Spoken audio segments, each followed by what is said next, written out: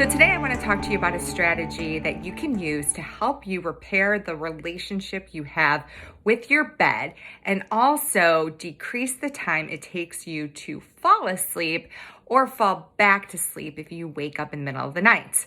I call this strategy Just Don't Lie There. In the world of psychology, they call it stimulus control. And basically the premise of it is that our subconscious connects different environments with different feelings, thoughts, and behaviors. So for example, I have an Italian mother who loves to feed me, even if I'm hungry or not. And anytime I step in her house, whether or not I just ate, I become hungry and start to crave food. And that's because my subconscious connects her house with eating. So I'm sure you have environments that trigger different feelings and behaviors. Just like your bed, if you're having issues sleeping, you likely are triggered by being in your bed, whether you're aware of it or not. Because if you're not sleeping, you start to lie in your bed, awake, and worry.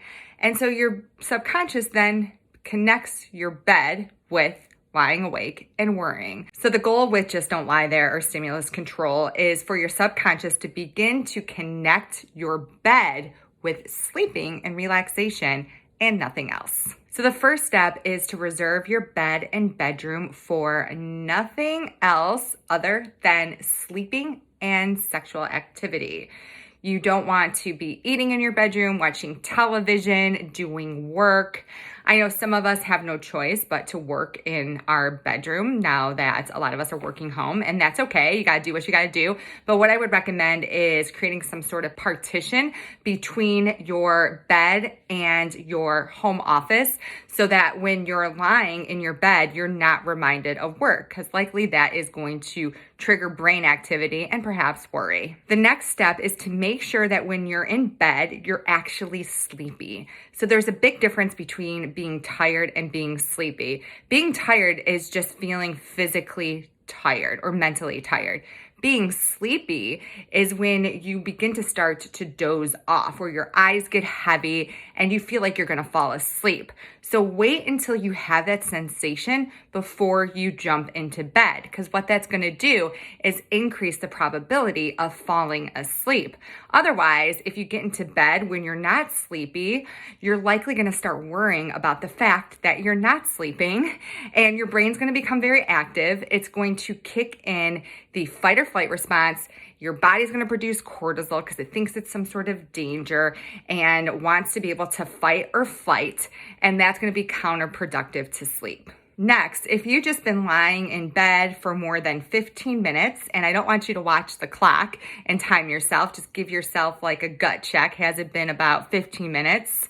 And if you feel like you're more awake than sleeping, or if you start to stress out about the fact that you're not sleeping, I want you to get out of bed and go somewhere else and perform a relaxing activity. I highly recommend just reading because it's a good thing to take your mind off of not sleeping. And look at it as a time that you can enjoy yourself. No one's demanding anything of you, and you get to read this book that you enjoy. If reading's not your thing, you can listen to a podcast, a book on tape, meditate, or do some deep breathing until you feel sleepy again.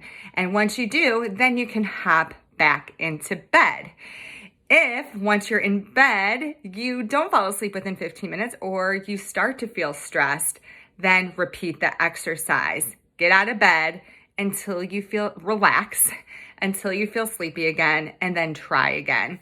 You may have to repeat this a few times before you fall asleep, and it may start to feel counterproductive. But what we're looking for is long-term gains. You might not fall back to sleep as quickly as you normally do if you're just lying in bed, but over time, what's gonna happen, as soon as you get out of bed, you're gonna relax because your subconscious is gonna trigger getting out of bed with relaxing. And then once you get back into bed, you are gonna feel sleepy because you only spend time in your bed when you're sleepy. So that is going to increase your chances of falling asleep more quickly. So here are some helpful tips to keep in mind when you're practicing stimulus control. Number one, try to prepare in advance. Prepare your environment. I would find somewhere in your house that is calming, that you can dim the lights or use a table lamp. You can switch the table lamp's light bulb out with a nighttime bulb because you want to make sure you're minimizing blue light exposure. Maybe put a pair of blue blockers that block 95% of the blue light next to your spots, your relaxing spots. Pick a book that you're going to read in advance, or a meditation or a podcast. The more that you can have in place, the more likely you're going to be to get out of bed. Also, it's really important that you're patient with this process. Your brain didn't start connecting your bed with being wide awake overnight, so it's not going to break that connection overnight either. It's going to take a lot of consistency. I would recommend giving it at least 2 weeks before you decide if it's working or not. And just because you're not seeing progress with Just Don't Lie There, it doesn't mean that it's not helpful. A lot of times what I find with my clients is that the association between their bed and sleep, that negative association, is just part of the equation. There's usually multiple root causes for their sleep issues, which include physical dysfunction, which is why I conduct functional lab testing with all of my clients so that we can bring their body back to balance, improve function, so that their sleepless nights are a thing of the past. If you're interested in learning more about functional testing, please set up a discovery call with me on my website, Kelly Murray Adult Sleep.